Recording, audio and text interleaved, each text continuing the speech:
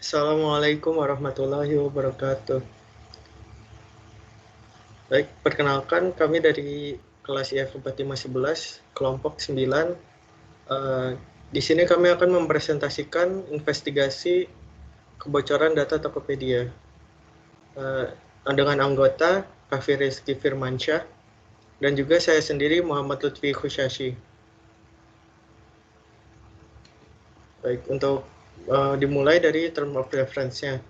Tujuan kami melakukan investigasi ini adalah untuk melakukan investigasi menyeluruh terhadap insiden kebocoran data yang terjadi di Tokopedia pada tahun 2020. Nah, ruang lingkup yang ada yaitu mengidentifikasi sumber dan penyebab kebocoran data Tokopedia.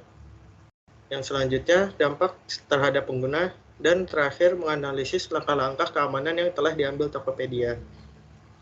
Untuk metodologinya sendiri, yang pertama, penyelidikan dan pengumpulan data terkait insiden. Yang kedua, wawancara dengan individu yang terkena dampak. Dan yang ketiga, analisis data yang sudah dikumpulkan. Untuk latar belakangnya sendiri, untuk kebocoran data yang terjadi ini, kebocoran data terjadi di Tokopedia, yaitu salah satu online marketplace yang terbesar di Indonesia. Jumlah penggunanya dalam tahun ini saja sudah melebihi 140 juta. Pada tahun 2020, terjadi kebocoran data yaitu dengan jumlah 91 juta data pengguna. Data yang bocor meliputi tanggal lahir, alamat email, nomor HP, jenis kelamin, kemudian nama, dan juga password. Tapi password ini password yang terenkripsi. Lalu langkah-langkah yang kami ambil untuk melakukan investigasi, yaitu pertama, kami melakukan riset dengan bantuan search engine seperti Google ataupun DuckDuckGo dan search engine lainnya, ataupun menggunakan sosial media. Salah satu yang kami gunakan adalah Twitter. Kemudian kedua, kami mengumpulkan semua bukti-bukti yang sudah kami dapatkan, dan juga kami mengumpulkan pernyataan publik-publik lainnya, seperti pada blog resmi Tokopedia ataupun berita resmi yang ada. Kemudian ketiga, kami melakukan interview dengan pengguna Tokopedia yang terkena dampak. Dan keempat, kami melakukan analisis pada data-data yang sudah dikumpulkan. Baik, di sini ada salah satu bukti yang kami kumpulkan. Di sini Teguh Aprianto, yaitu pendiri dari Ethical Hacker Indonesia, membagikan informasi pada akun Twitternya tentang kebocoran data ini. Yaitu hacker tersebut sudah menjual 91 juta data pengguna dengan harga $5.000. Baik, dilanjut. Nah, di sini kami menggunakan website Have I Been Found. Di sini kami mendapatkan informasi bahwa pada tahun 2020 ini data-data yang bocor adalah tanggal lahir, email, kemudian jenis kelamin, nama, dan juga password. Tapi untuk lebih lengkapnya sebenarnya ada juga pada blog lainnya. Oke, boleh dilanjut. Di sini terdapat bukti yaitu pemberitahuan berbentuk email dari Tokopedia kepada pengguna Tokopedia. Di sini pada tanggal 3 Mei 2020, Tokopedia memberitahukan bahwa terjadinya kebocoran data akun Tokopedia. Tapi Tokopedia menyatakan bahwa password dan juga data transaksi yang ada itu tetap aman. Akan tetapi Tokopedia juga tetap merekomendasikan para pengguna untuk mengganti password dan juga mengaktifkan two-factor authentication seperti menggunakan OTP. Baik, dilanjut.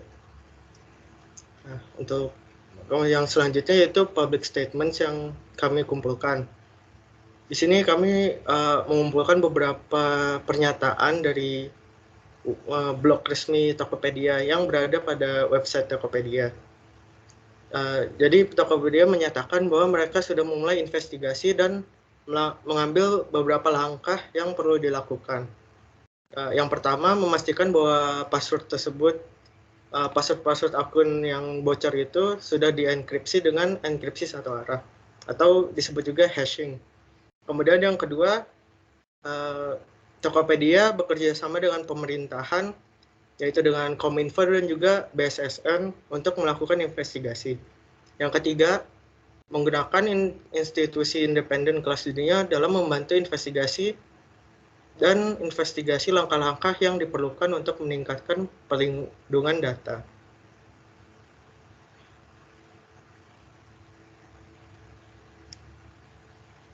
Kemudian ada pernyataan lainnya yaitu dari Nuraini Razak pada 3 Mei 2020 menegaskan bahwa Tokopedia telah memastikan keamanan data pembayaran. Jadi data termasuk ada informasi kartu kredit, kartu debit, dan OVO ataupun data transaksi lainnya tidak terjadi kebocoran. Baik, selanjutnya di sini ada ringkasan dari bukti-bukti tersebut. Yang pertama, pernyataan resmi dari blog Tokopedia benar bahwa adanya terjadi kebocoran data. Sehingga salah satu mitigasi yang bisa diambil hanyalah memberikan pemberitahuan kepada pengguna agar mengganti password dan menjaga kode OTP atau mengaktifkan kode OTP. Nah, ini yang sudah dilakukan juga oleh Tokopedia.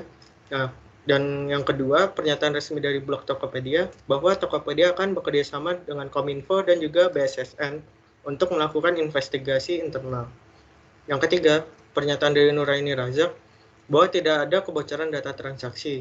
Dengan ini tidak ada risiko untuk permasalahan keuangan yang berkaitan dengan kartu kredit, kartu debit, ataupun informasi pembayaran yang lainnya.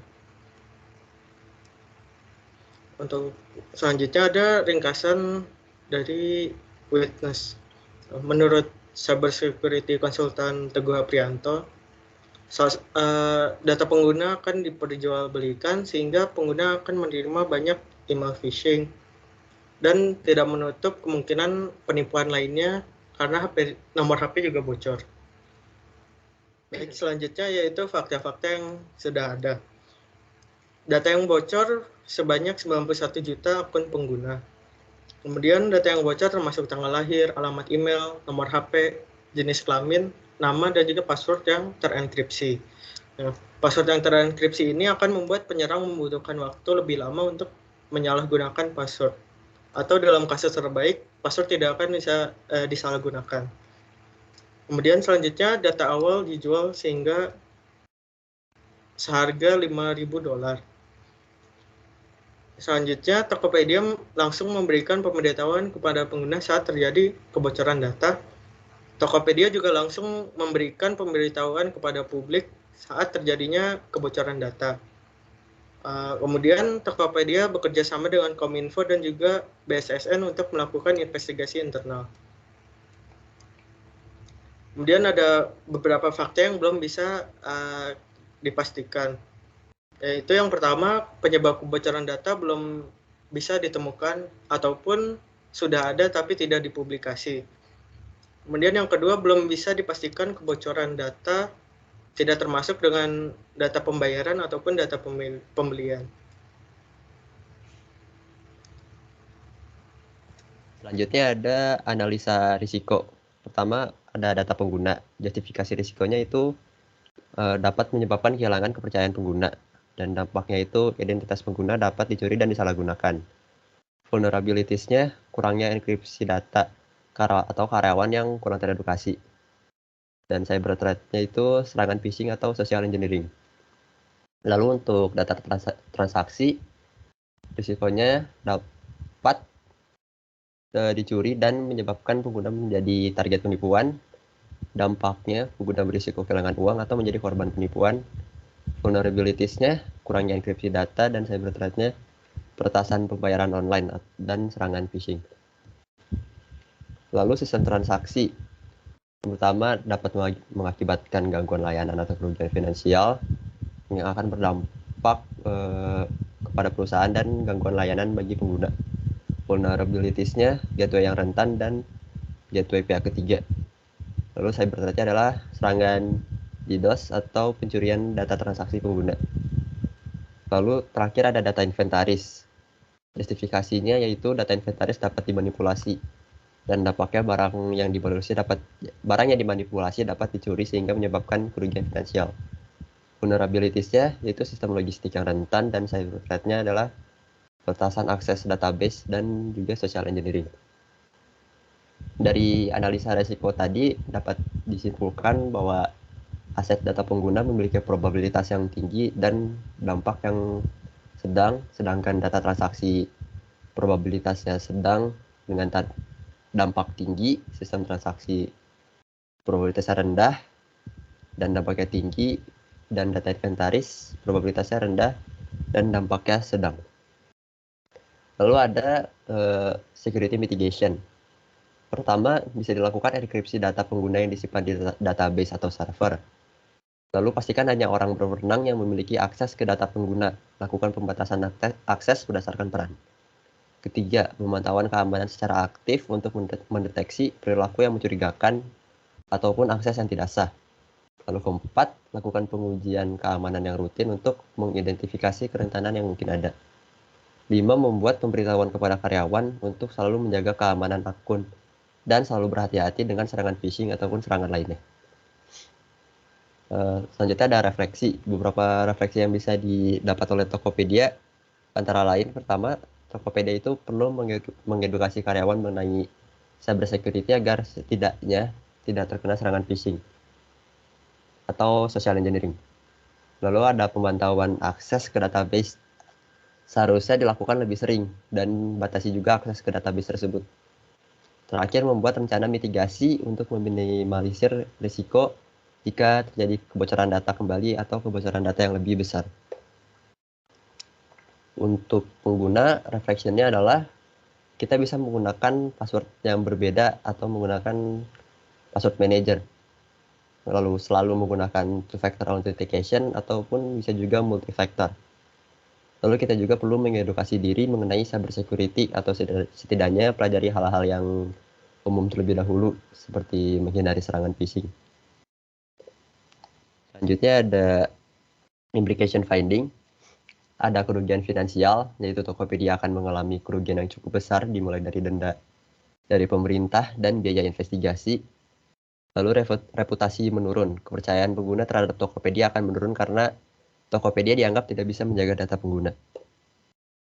Untuk rekomendasinya, ada formal action dan informal action. Untuk formal action, bisa dilakukan audit keamanan secara berkala untuk menemukan dan memperbaiki celah keamanan.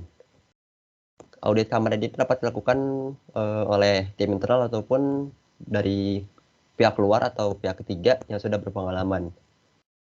Audit ini mencakup dua hal utama. Pertama, ada audit sistem komputer untuk memperbaiki dan menemukan celah keamanan, termasuk seperti pengecekan firewall, antivirus, patch sistem operasi, dan aplikasi lainnya. Lalu ada audit pengecekan terhadap kepatuhan karyawan terhadap kebijakan dan prosedur keamanan yang ada. Ini bisa mencakup pengecekan terhadap penggunaan password yang kuat, kepatuhan terhadap kebijakan email dan internet, serta pemahaman tentang serangan seperti phishing dan malware. Lalu ada informal action.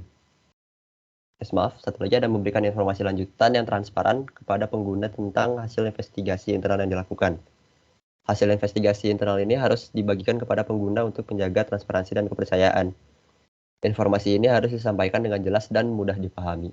Lalu untuk informal action-nya ada memberikan sosialisasi kepada pengguna tentang pentingnya keamanan dan data dan cara-cara untuk melindungi diri mereka sendiri online. Terima kasih, sekian presentasi dari kami. Mohon maaf atas kesalahannya. Wassalamualaikum warahmatullahi wabarakatuh.